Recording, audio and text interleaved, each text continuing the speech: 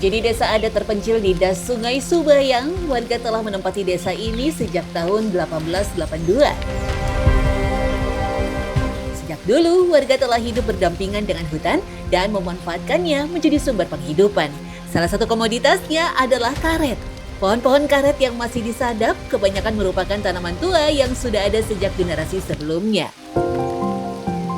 Pohon ini ditanam jauh sebelum wilayah mereka masuk ke dalam kawasan Suaka Margasatwa, Rimbang, Bali. Itu kenapa sih Bu, kok jarang-jarang nggak semuanya karet gitu? Karena ada tanaman yang lain kan, misalnya durian, ada batang manggis, lansat gitu. Jadi nanam yang lain juga. Iya, Kalau kayak gini biasanya sehari bisa dapat berapa Bu? Berapa ini? tergantung banyak batangnya. Kalau banyak batangnya ada 10 kilo, ada yang 5 kilo sehari. Secara teori, Desa Gajah Bertalut sebenarnya memiliki area hutan adat seluas 4.000 hektar lebih. Jika bisa berandai-andai, dengan pengelolaan lahan yang bagus, 145 kepala keluarga di Gajah Bertalut tentu akan bisa hidup sejahtera. Tapi sayangnya, warga kini mulai terhimpit oleh Suaka Margasatwa Rimbang, Bali yang diresmikan tahun 1982. Sebuah penetapan yang kala itu tak menyertakan pemangku adat sama sekali. Akibatnya, masyarakat semakin terhimpit karena tak bebas mengolah lahan hutan. Bahkan untuk sekedar menanam rimpang, mereka pun kesulitan. Karet aja. Nah Bu, ini di sini kalau selain dijual bisa buat jadi alat tukeran juga, barang tukar. Bisa, Biasanya kayaknya beras gitu kan, gula, minyak. Ada juga yang uang gitu, bisa ambil uang dulu kan. Nanti baru kalau udah nimbang baru dibayar. misal nih 1 kilo karet gitu Bu, bisa dapat apa kalau tukar? 1 kilo karet, kadang kalau beras kan mahal sekarang ya, tak dapat sekilo beras. Harga karet di sini 10.000, kadang 11, kadang naik turun gitu, tidak stabil. Rata-rata hasil sadapan dibagikan dengan sistem 3:1. 3 untuk penyadap, sementara 1 untuk pemilik kebun. Pada masa kejayaan, harga karet pernah mencapai Rp20.000 per kilogram dengan produksi mencapai 50 ton dalam 2 bulan. Kini mendapat 10 ton dengan harga Rp13.000 pun sudah terbilang susah. Tak mengherankan jika para pemilik hutan adat ini sangat tergantung pada tokek karet yang punya 2 fungsi. Pengepul karet sekaligus pemberi pinjaman uang. Kalau misalkan kebutuhan itu kan udah bisnis, kebutuhan rumah, Iya, itu gimana? Ya bisa kita ngambil dulu di rumah tokenya, kayak gitu sembako kan. Kalau udah waktunya nimbang nanti baru dibayar.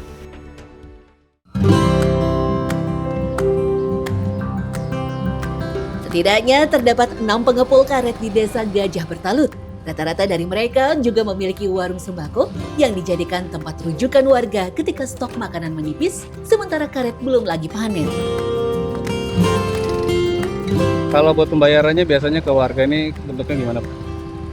Tergantung orang yang punya karet. Kadang ambil beras, kadang ambil uang. Lebih seringnya apa kalau di sini?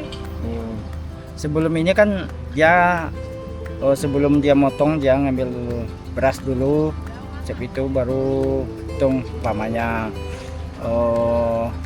karetnya duitnya 1 juta, bonnya 300, 700 lagi yang mau dia bayarkan. Kadang lebih, Pak. Kadang lebih. Jadi nombok. Kadang kalau musim hujan kayak ini nombok. Kadang utangnya 1 juta, dapat hasilnya 800, nombok 300-nya.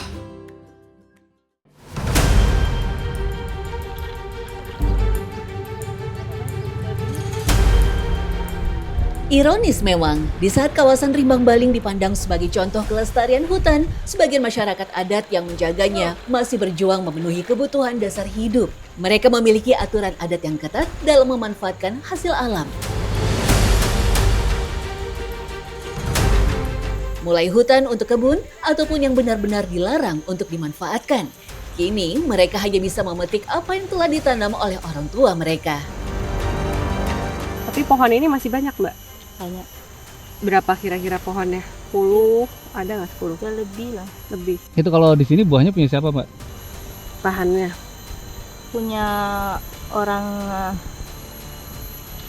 tua yang Oh, dulu nanam juga.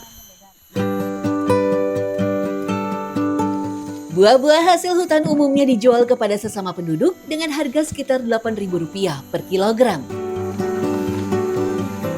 Sebagian hasil panen juga dibawa pulang untuk konsumsi pribadi. Sementara jika hasilnya melimpah, warga akan memasarkannya melalui pasar terapung yang rutin melintasi desa-desa di sepanjang Sungai Subayang. Di balik keindahan alaminya, Gajah Bertalut memang menyimpan paradoks yang menyakitkan. Berdasarkan Undang-Undang Nomor 41 Tahun 1999 tentang Kehutanan, pengakuan hutan adat seharusnya memberi ruang bagi masyarakat lokal untuk tetap hidup dan beraktivitas di dalamnya. Namun di lapangan, proses pengakuan tersebut dinilai berjalan rumit dan berlarut-larut. Sesuai dengan kondisi masyarakat kita, kehidupan kita dengan hutan, hutannya saling dijaga oleh masyarakat kita. Tetapi tidak kecil kemungkinan masyarakat kita hidup di hutan itu seperti kayu, ada kebutuhan masyarakat kita ngambil kayu. Ada juga yang hidupnya dari rotan, ada juga dari pohon garu, ada juga dengan binatang yang bisa kita konsumsi. Seperti kijang, rusa, tapi tidak berburu habis-habisan, sesuai dengan kadang-kadang rezeki lah. Gitu. Jadi kita saling menjaga seperti kayu-kayuan itu ada petai, jengkol. Di situ kita selaku nenek mama dan pimpinan adat di kenegerian ini, kita menjaga petai itu tidak boleh ditebang. Supaya kehidupan masyarakat itu selalu berkesinambungan. Jadi bisa hidup setiap tahunnya kita bisa numpang hidup dari petai itu. Padahal secara turun-temurun, terbukti masyarakat Gajah Bertalut mampu melindungi wilayah hutan dengan baik.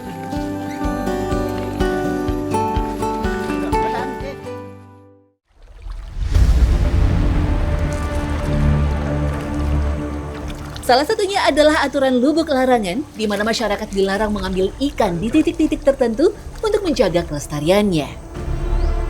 Boleh dijelasin Pak, itu lubuk larangan tuh gimana? Panennya. Oh, apanya? Kan waktu pas musim kemarau, pernah kita panen kadang-kadang, kadang-kala ada 1 kali 2 tahun, kadang-kala ada juga yang sampai 5 tahun baru kita bisa nangkap lubuk larangan bersama tuh. Itu cara tahu kapan waktu buat nangkapnya tuh dari mana, Pak? Oh, dari kita semua, kita tengok kondisi. Oh, kesepakatan. Kesepakatan masyarakat gitu. Kalau udah dangkal bisa ditangkap, umpamanya iya kita tangkap. Ketika masa pembukaan lubuk larangan tiba, hasil panen ikan pun dikumpulkan untuk kepentingan bersama. Mulai dari pembangunan atau renovasi masjid, serta kegiatan sosial masyarakat lainnya. Kalau sebetulnya kita nengok situasi kondisi kalau seandainya dangkal itu kita mempakati secara bersama untuk penangkapan lubuk larangan. Gitu aja. Kalau umpamanya ada atau tamu-tamu umpamanya cuma kita dikit cuman kan nggak secara bersamaan. Kalau ada yang ngelanggar, Pak, misalkan ada yang ngambil di sana terus padahal belum sesuai kesepakatan, itu gimana, Pak? Oh, kalau sebetulnya kita ini pakai jampi-jampi gitu larangannya. Jadi kalau tidak bersama ya tanggunglah risikonya sendiri. Kadang yang telah jadi guru bagi kita, yang terdahulu daripada kita, yang membuat ada yang menangkap tuh kejadiannya, ada yang bodoh, nggak bisa lagi, nggak tahu apa-apa lagi, kemudian ada juga yang langsung meninggal dunia, perutnya gini. Nah, itulah pelanggaran kalau seandainya kita melanggar daripada lubuk larangan tadi.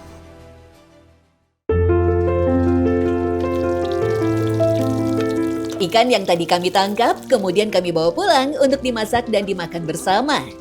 Dan seperti banyak wilayah lain yang berdampingan dengan hutan, warga desa Gajah Bertalut telah terbiasa dengan listrik yang tak pernah menyala penuh.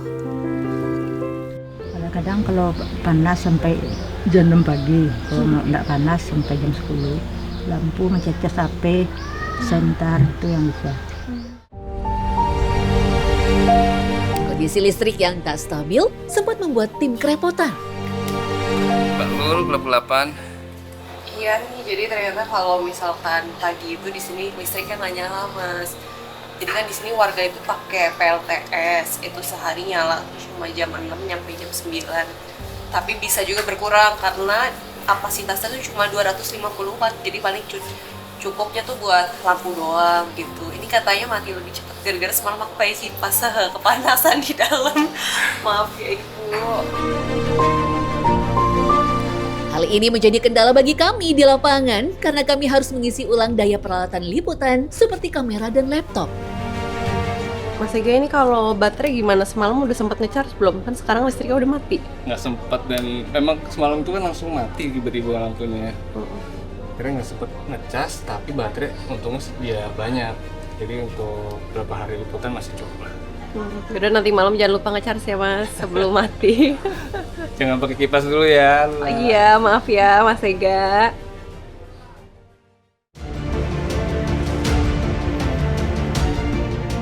Sebelum hadirnya PLTS, warga desa Gajah Bertalut hanya mengandalkan genset dan mesin diesel untuk menikmati listrik.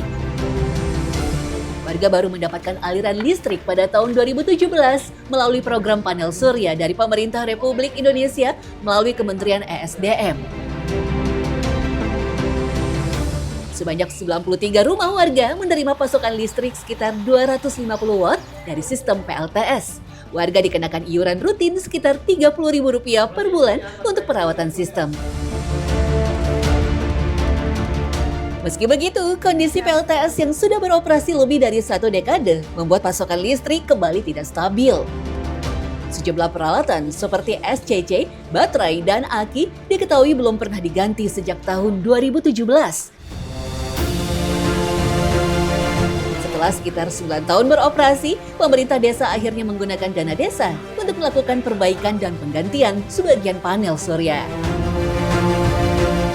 Nggak sanggup mesin kita, kasih kuning nggak sanggup itu nggak nyampe pagi dia gitu. Paling tahan kalau perlu tuh paling tahan jam 12 malam lah. Kalau kita naikkan pamannya dari 250 menjadi 300 atau 400 kan nggak sanggup dia. Panelnya terutama, yang kedua baterainya nggak sanggup lagi. Kalau baterainya baru pas dari dulu tahun 2011 2015 nggak ada matinya gitu. Masalahnya semuanya kan baru dulu. Baterainya, modulnya, mesinnya. Berarti ini baterai belum ganti dari Belum 2015? Belum ganti. Itulah kami buka sebagian untuk jadi suku cadangan. Itulah aku bilang tadi, cuman ini tinggal 60% lagi.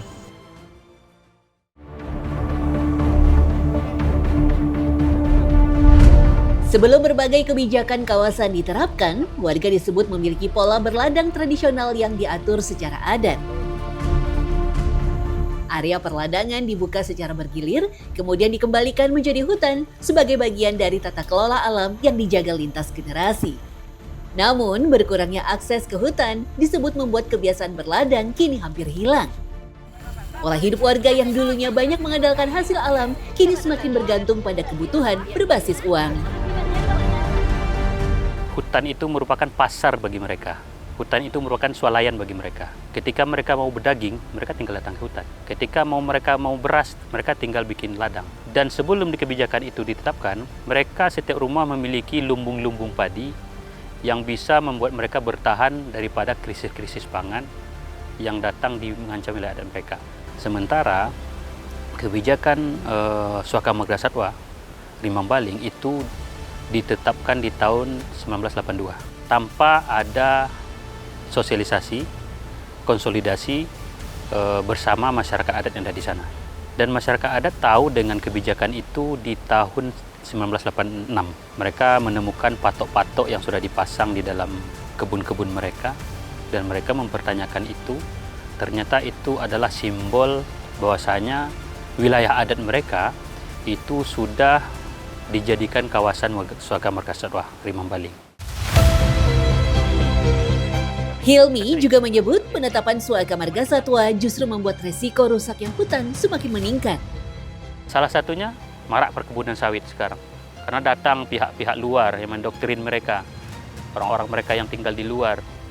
Bagaimana mereka punya sawit yang penghasilannya 15 hari sekali per 15 hari dan prospeknya bagus.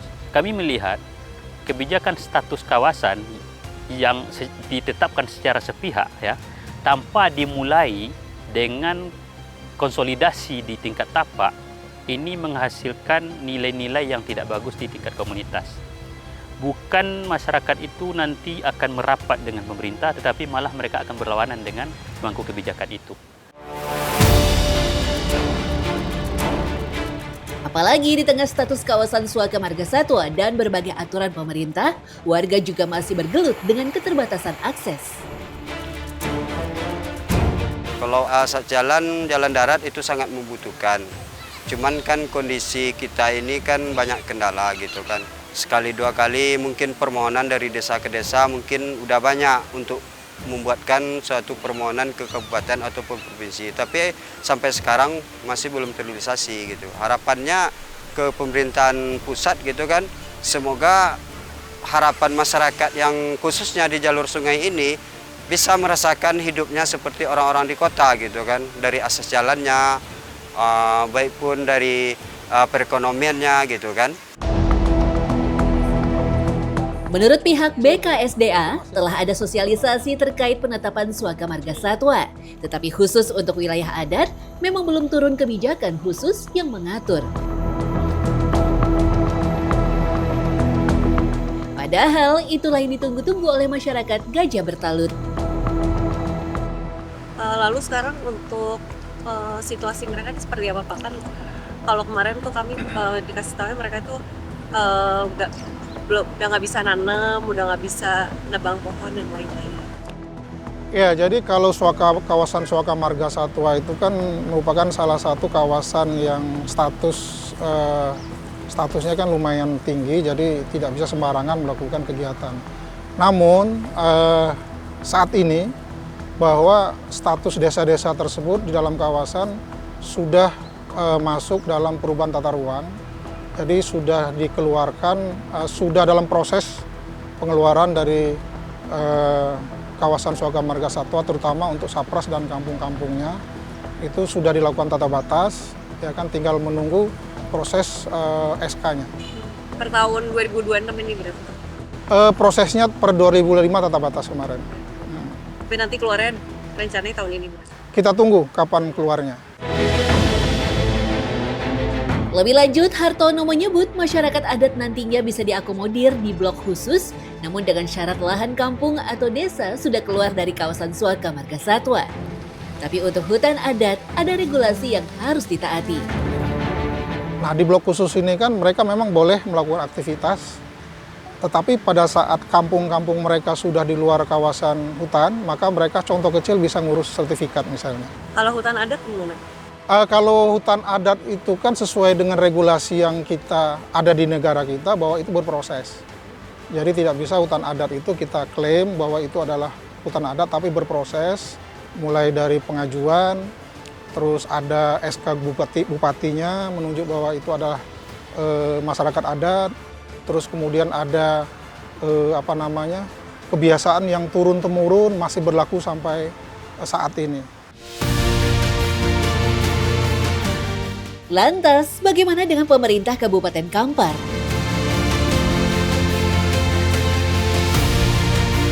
Sama-sama kita memikirkan pola yang tepat. Bagaimana semuanya tidak ada yang dirugikan.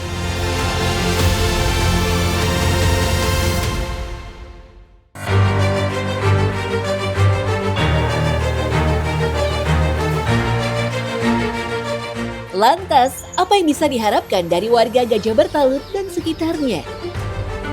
Sebelum Indonesia merdeka itu masyarakat adatnya sudah ada. Kita mungkin udah generasi mungkin ke sekian puluhnya dari nenek moyang kita dulu. Tetapi pemerintah memprogramkan di sini jadikan kawasan hutan Suaka Marga Satwa. Bukan kita berkecil hati, tapi sebenarnya dari kita selaku masyarakat tentu punya kebutuhan juga di dalam lingkungan itu. Kalau dijadikan kawasan hutan itu semua, jelaslah kehidupan masyarakat itu terjepit. Karena suaka marga satwa itu kan binatang buas itu disatukan dengan manusia tak boleh lah. Sayangnya, belum ada yang bisa menjawab dengan tegas bagaimana nasib masyarakat Gajah Bertalut ke depan. Gimana ya? Kita ingin masyarakat kita dilindungi, alam kita juga dilindungi. Jadi kolaborasi itu nanti sama-sama lah kita memikirkan pola yang tepat. Bagaimana semuanya tidak ada yang dirugikan. Alam tidak rusak, masyarakat dengan tradisinya, dengan budayanya tetap kita jaga. Mereka tidak tercerabut dari akar budayanya. Kedepanlah kita pola-pola empowerment-nya, pola pembinaannya tentu kita pikirkan bersama nanti. Adik-adik juga kasih masukan ke pemerintah daerah bagaimana pola yang tepat untuk mereka. Dulu pernah ada resettlement di Tanjung Belik Selatan dulu. Apakah pola ini diterima masyarakat, tepat, dan sustain nggak, berkelanjutan nggak? Nanti kita lihat dari contoh yang ada dulu.